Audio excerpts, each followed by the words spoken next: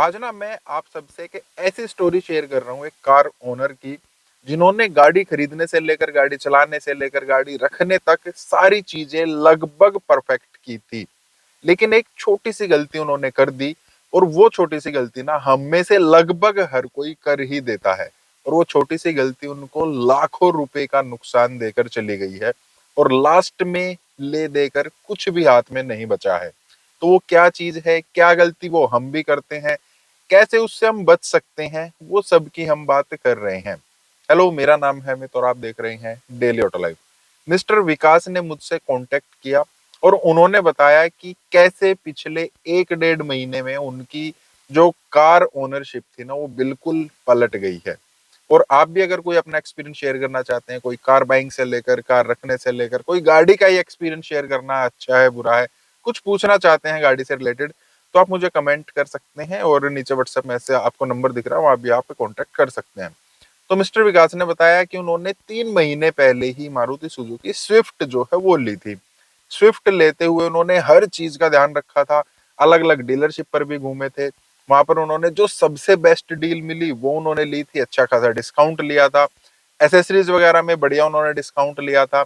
उसके बाद गाड़ी लेते हुए जितने भी डॉक्यूमेंट्स वगैरह चाहिए वो सब मतलब प्रॉपर तरीके से एक वेल इन्फॉर्म्ड जो एक ओनर होता है ना उसकी तरह उन्होंने वो सारी चीजें ली थी। उसके बाद गाड़ी उन्होंने चलानी शुरू की, और पेट्रोल में ही थी गाड़ी, सीएनजी में नहीं थी। गाड़ी उन्होंने चलानी शुरू की, गाड़ी अच्छी थी, बढ़िया माइलेज दे रही थी, कहीं कोई प्रॉब्लम नहीं थी। एक दिन अचानक गाड़ी चलाते चलाते गाड़ी में आग लग गई। अब वो आग लगते ही, अब आपको पता है गाड़ी में आग इतनी तेजी से फैलती है कि उसको कंट्रोल करना मुश्किल हो जाता है। वो गाड़ी उनकी जो है वो जल गई।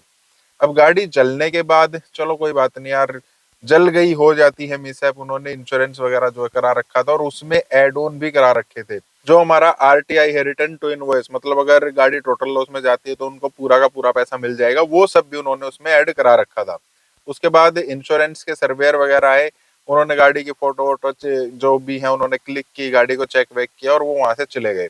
उसके बाद उनको मेल आती है कि आपने गाड़ी में एक्सटर्नल काम करा रखा था, मतलब बाहर से आपने एसेसरीज लगवा रखी थी, और ये वाली जो है इलेक्ट्रिकल एसेसरीज थी, गाड़ी की वायरिंग के साथ छेड़छाड़ थी। इस वजह से आपको इस गाड़ी का कोई भी क्लेम नहीं मिलेगा। ये आपकी गलती है, कस्टमर की नेग्लिजेंस की वजह से जो है ये गाड़ी में आग लग गई है, तो कंपनी मतलब इंश्योरेंस कंपनी इस चीज के लिए बाध्य नहीं है। अब ये सुनते ही विकास जी को जो है वो टेंशन हो गई।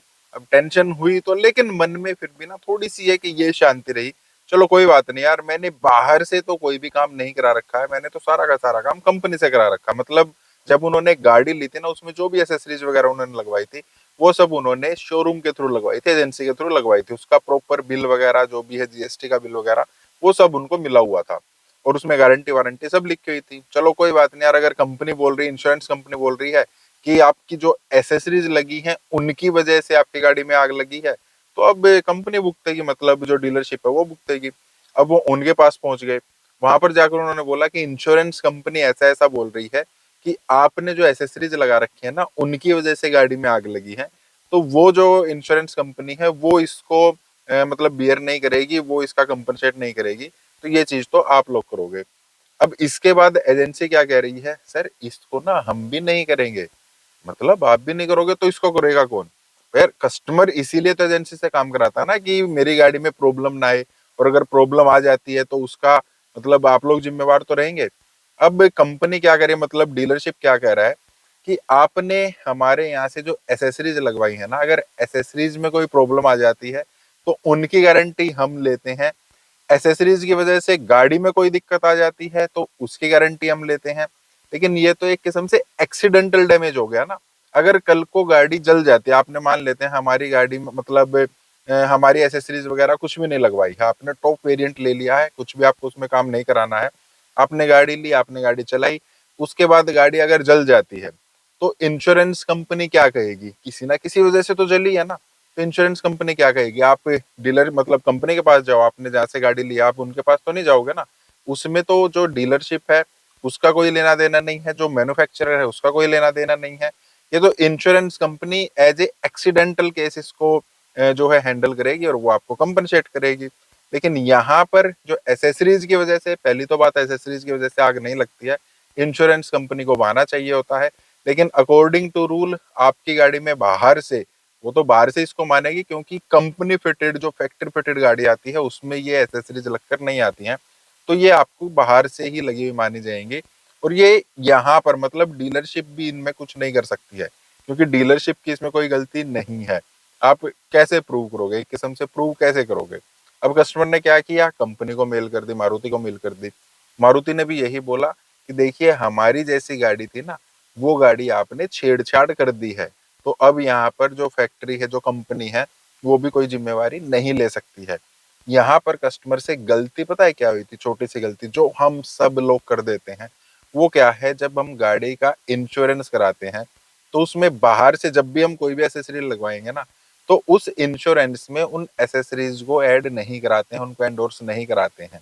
जब भी हम कोई भी एसेसरी लगवाते हैं, उसको आप इंश्योरेंस कंपनी को जरूर इन्फॉर्म कीजिए, उनको बिल दीजिए, और जो भी एसेसरी आपने लगवाई है उसका जो भी बिल है उसके अकॉर्डिंग आपको थोड़ा सा एक्स्ट्रा प्रीमियम देना पड़ता है। आपने 20-25 हजार रुपए की एसेसरीज लगवा ली है, 200-300-400 रुपए के आसपास जो आपको पैसा देना पड़ता है। अब वो 200-300-400 रुपए बचाने के लिए या वो इन्फॉर्मेशन ना होने की वजह से अब कस्टमर का मतलब विकास जी का इतना ज्यादा नुकसान हो चुका है। अपनी जगह देखा जाए तो जो इंश्योरेंस कंपनी है वो बिल्कुल ठीक है, डीलरशिप जो है वो बिल्कुल ठीक है, कंपनी जो है वो बिल्कुल ठीक है। ये एक एक्सीडेंटल डैमेज है, ये कोई मैन्युफैक्चरिंग डिफेक्ट नहीं है। अब ये एक्सीडेंटल डैमेज है तो इसको इंश्योरेंस कंपनी जो है वो देखेगी, और इंश्योरेंस कंपनी के जो रूल एंड रेगुलेशन है उनके अकॉर्डिंग आपकी गाड़ी अब फिट नहीं बैठ रही है। अगर आपने मतलब अगर विकास जी ने जब गाड़ी में एसेसरीज लगवाई थी, जब नई गाड़ी ली थी, उसी टाइम पर जो भी एसेसरीज लगवाई है, अगर उनको इंश्योरेंस में एंडोर्स करा लिया होता, उनके मैक्सिमम 1000 रुपए लगते, तो इंश्योरेंस कंपनी कुछ भी नहीं कह सकती थी। वो आते, देखते जी हाँ बाहर से एसेसरीज लगी हुई है, लेकिन उनका भी इंश्योरेंस करा रखा है इन्होंने, उनकी वजह से गाड़ी में कुछ हो जाएगा तो भी इंश्योरेंस है, उसका सर्वे करते और गाड़ी का जो भी क्लेम वगैरह वो सब अप्रूव हो जाता। लेकिन अब उनके पास कोई भी ऑप्शन नहीं है, वो गाड़ी ना तो ठीक करा सकते हैं क्योंकि वो लगभग टोटल लॉस हो चुकी है। अब उस गाड़ी को कबाड़ में ही बेचना पड़ेगा, गाड़ी को कबाड़ में बेचेंगे जो भी थोड़ा बहुत पैसा आएगा, मतलब कुल मिला के उनका लाखों का जो नुकसान है वो हो चुका है। तो नेक्स्ट टाइम आप चाहे बाहर से लगवाएं चाहे आप कंपनी से लगवाएं, आप जो भी इलेक्ट्रिकल एसेसरीज लगवा रहे हैं ना, उनका आपको बिल लेना है और इंश्योरेंस में उसको एंडोर्स जरूर कराना है।